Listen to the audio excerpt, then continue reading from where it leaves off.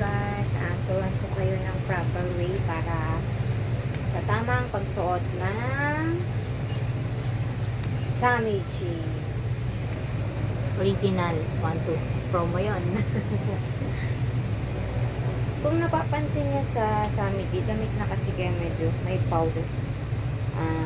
Meron siya,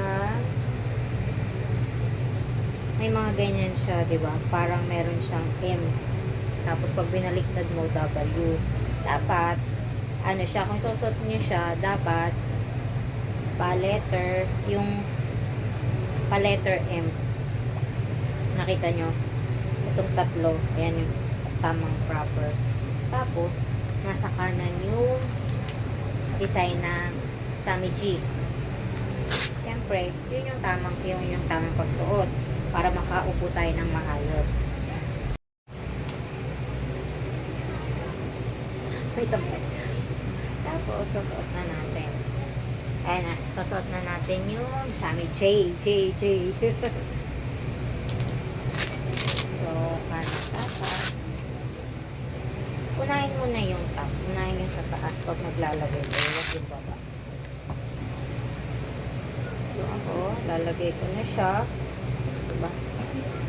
Mas maganda kung mas pwede. Nakakaangat din siya ng books. Next nyo, itong nasa baba. Sa baba.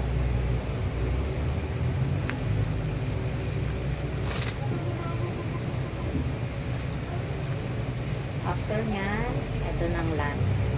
Diba sabi ko sa inyo, nasa kanan dapat.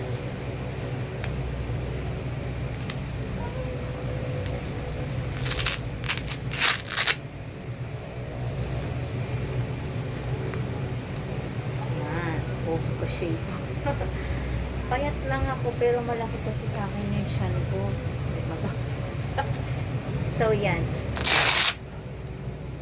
Pwede nyo naman adjust. Yan. Sa kanan dapat siya. Sa kanan.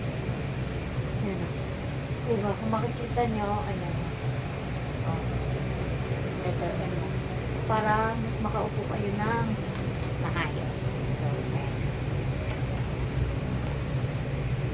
Sexy ko na. Diba? Ito siya. Diba?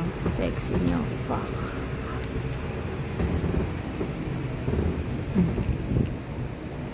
Maganda siya kasi may support siya sa likod. Diba? Angat din yung bubso. Pak, angat yan.